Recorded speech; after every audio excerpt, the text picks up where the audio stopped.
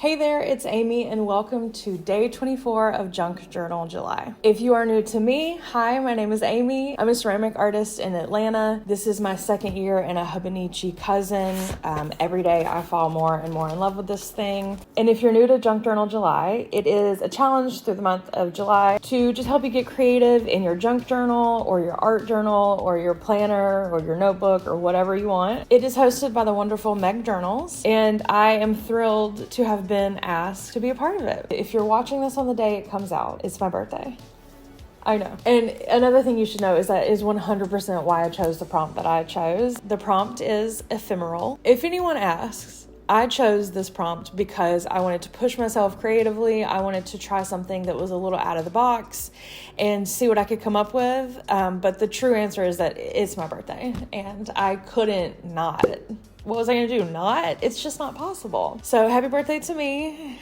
Yay, Junk Journal July. I'm excited to just jump in. So you got a pretty good look at what's happening here, which is light chaos, and that's kind of how I work. That's okay. I have a couple goals for this spread. The first goal is that I want it to be 2 pages. I just want the room, frankly, and I think that would be fun. There's no real reason. I just want to do that. And the second goal is I want to use vellum paper, a couple new things that I picked up from the store, and I want to do some paper collaging with my yellow paper house paper.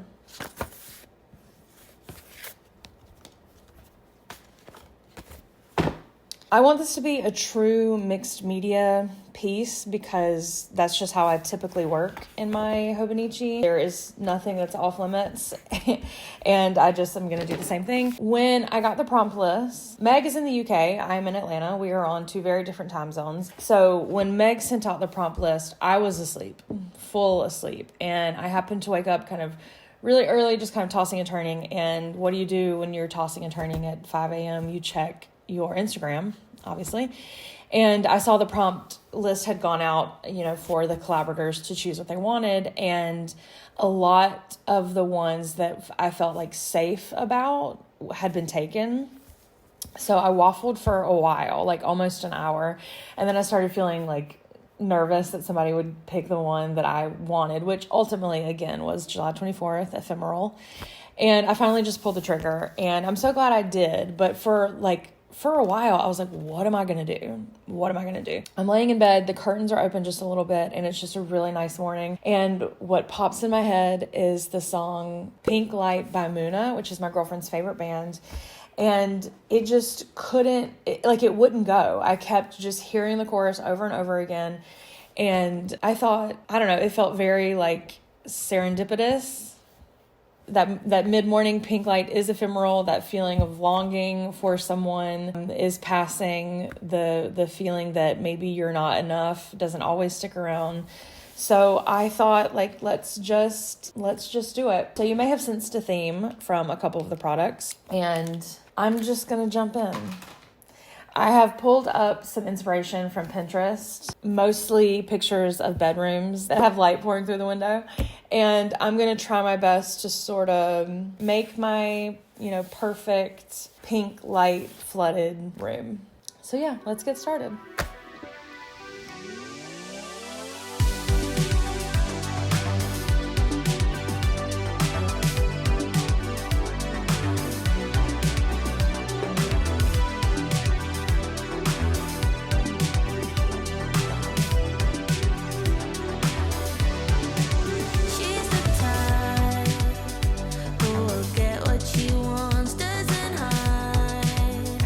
Always out in the sun, and it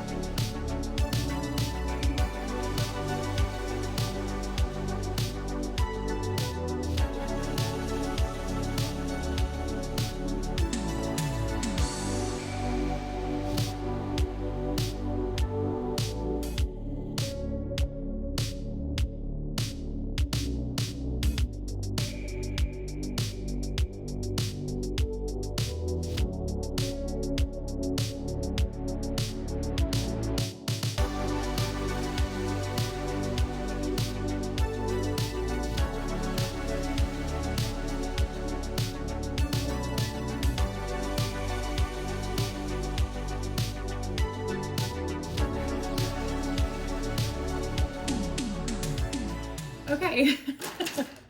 Man, what a journey. The great thing about challenges like this is the fun of them is actually challenging yourself and pushing your creativity and finding what you like and don't like.